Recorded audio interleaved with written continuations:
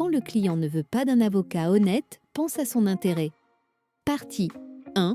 Les avocats ont la fâcheuse réputation d'être des menteurs, des manipulateurs, filous, qui ne cherchent qu'à prendre l'argent de leurs clients sans se soucier de l'issue du dossier ou à l'intérêt de leurs clients.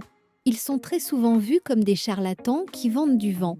Je vais vous raconter une anecdote amusante prouvant que cette image négative du métier d'avocat est plus souvent due à un client mécontent plutôt qu'à un avocat qui aurait mal agi.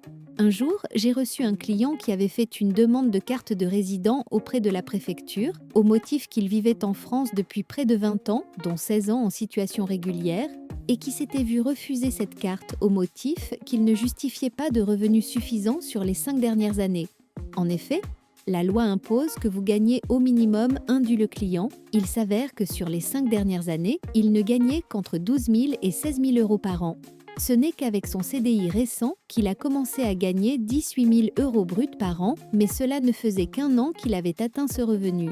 Je lui ai donc dit qu'étant donné qu'il ne pouvait demander une carte de résident sur un autre motif, ex, parent de français, conjoint de français, etc., il ne remplissait pas les conditions posées par la loi pour une carte de résident classique, que c'était juste mathématique et que sa seule issue était de devoir attendre de faire 4 ans de plus avec son nouveau salaire supérieur au SMIC. Cette réponse ne lui a pas plu et il a commencé à dire qu'il était venu pour chercher une avocate qui pouvait le défendre, car ça faisait des années qu'il galérait à vivre en France. Abonnez-vous au compte Atlas Avocat pour connaître la suite de cette vidéo. Partagez à vos réseaux cette vidéo. Merci, au revoir et à bientôt sur Atlas Avocate.